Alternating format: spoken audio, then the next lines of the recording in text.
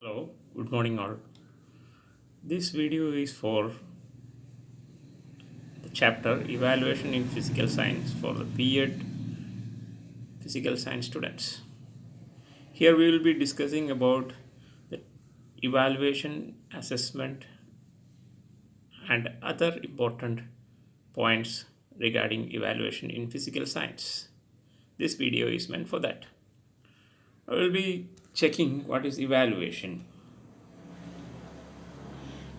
Evaluation is a process or it is a continuous appraisal of achievement of aims of education, method of teaching, learning experiences with a view to do continuous improvement to make educational dynamic self-developing. As the slide shows, we can say evaluation is one of the important aspects as far as education is considered. We cannot separate evaluation or consider evaluation as a separate entity.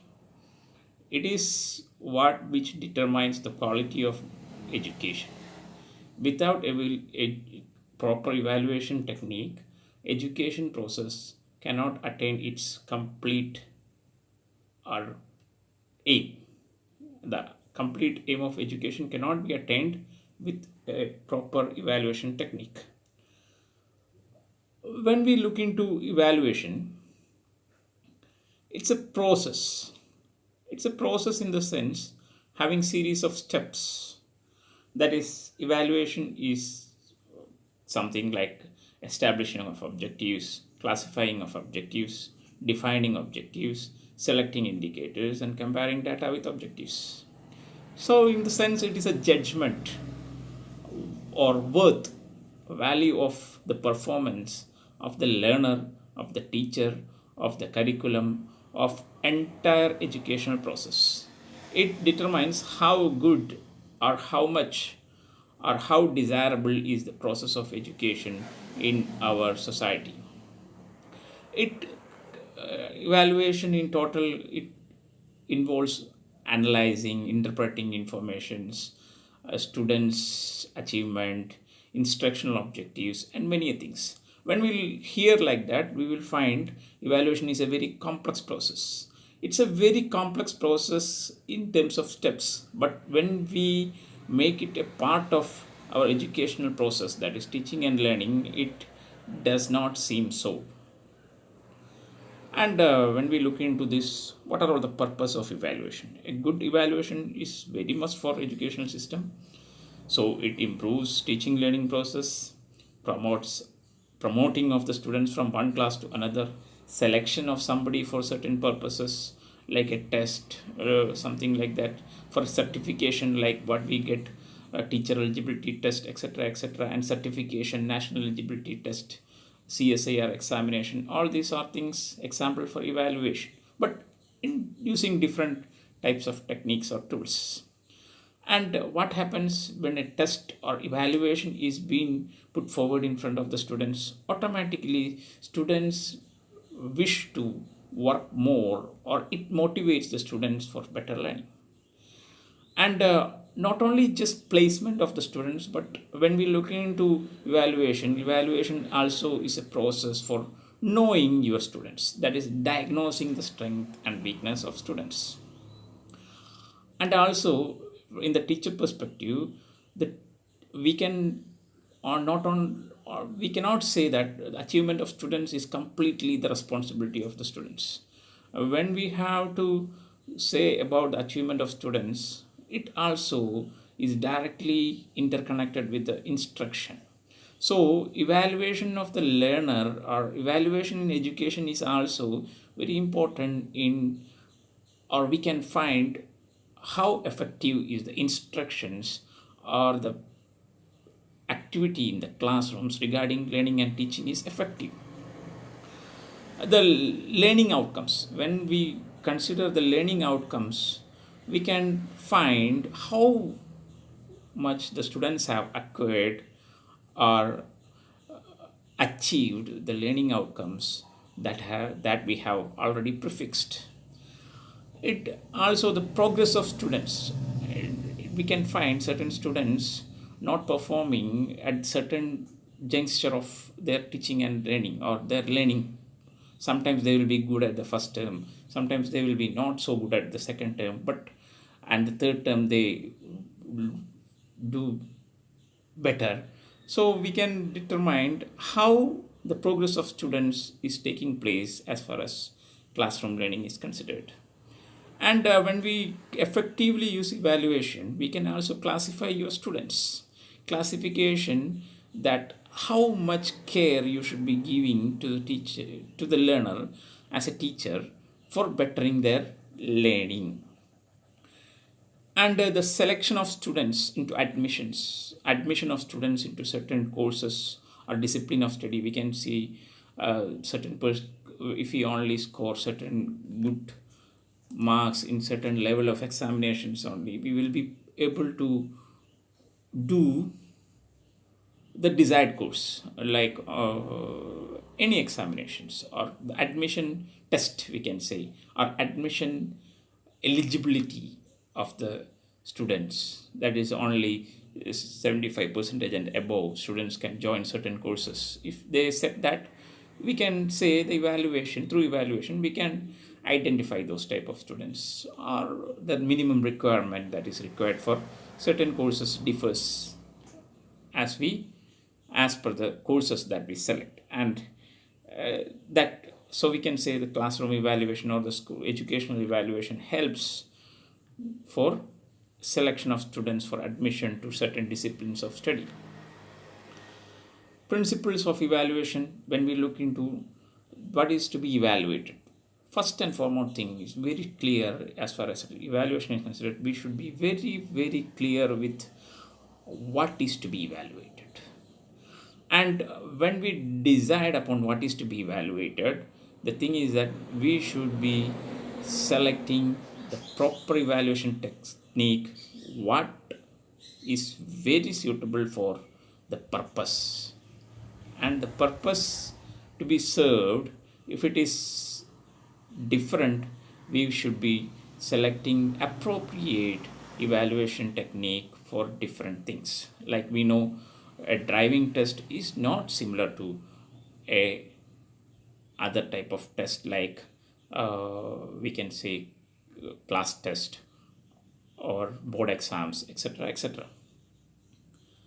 When we look into, sometimes evaluation will require many techniques. Variety of evaluation techniques should be used in to attain proper result. That is what we have to look into educational evaluation. So in a classroom, we can find evaluation is a process where many evaluation techniques are being used. Before doing an evaluation or selecting of technique or tool, we should be very much aware of the strength and limitations of various evaluation techniques. Evaluation is a mean to an end, not an end in itself. Evaluation does not stop at any single point. It is a continuous process. So we can say, when as a teacher we have to look into evaluation as a continuous process which is not having an end unless and until you are stopping teaching or engaging in classroom. So evaluation does not end any way. We have to properly record it, make use of it, and use it meaningfully. And when we look into characteristics of good evaluation, one thing, we should be very objective. What is to be evaluated, what is to be looked into, what are all the criteria regarding the thing to be evaluated. And it should not stop at a single point and come into conclusions. It should be a continuous process. Once you are into evaluating something, you should be, from the start to end, all the things should be noted, and it should be comprehensive, that every nook and corner, every aspect of the participation, every aspect of the activity, everything should be completely comprehensively covered in evaluation, and it is an integral part of evaluation instruction. If you are a good evaluator, if you are good at evaluating your students, it will automatically improve the teacher's instruction capacity. You can teacher herself or himself can improve their teaching skill or pedagogical skills by proper evaluation techniques and feedbacks that you get from students and you give to students. Evaluation is not evaluation in the sense it is more democratic. That is, evaluation is a process in which both teacher and student cooperatively engage. So it should be cooperative, not teacher-centered process. As I earlier said, evaluation should be a continuous process. That means it does not stop at a single point. It is a dynamic process. It is not a final answer. It's a judgment making process. As we know, judgment taking is a continuous process. It does not stop at a single proof. It looks into all the parts. So it's a judgment process. And when we look into evaluation, NCF 2005 have very much clearly said the purpose of evaluation is not so and so. That is, we can see in earlier days, evaluation or examinations were a threat for the students, that if you don't pass in the examination, you will get punishment, you won't get that, you won't get this. But so they say motivating students to study under threat is not the purpose of evaluation. Secondly, we should not be using evaluation to label the students as slow learners, bright learners, problem child, etc., etc., etc. That is, you should not label your students slow learners, bright students, problem child, and move away from your role, that is properly teaching all the students equally, treating all students equally. It is not for identifying students who need remediation. You need not wait for formal assessment.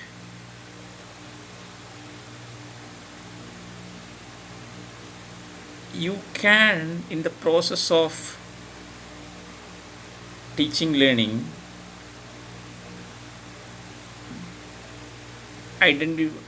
fulfill the needs of the learners in the classroom itself. You need not look after unit test, I will find the students and I will give them proper remediation. That is not the process.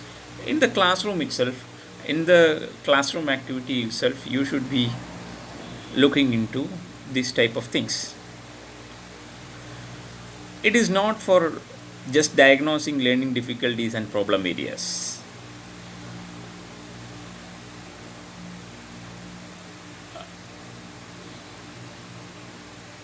Such and things are said by NCF 2005. And mainly the thing is that very much diagnosis part, testing instruments, and also specific foundational areas for literacy and numeracy. These are all the 5 points that NCF 2005 says about purpose of evaluation is not these things. You just look into the points later on. Now we are looking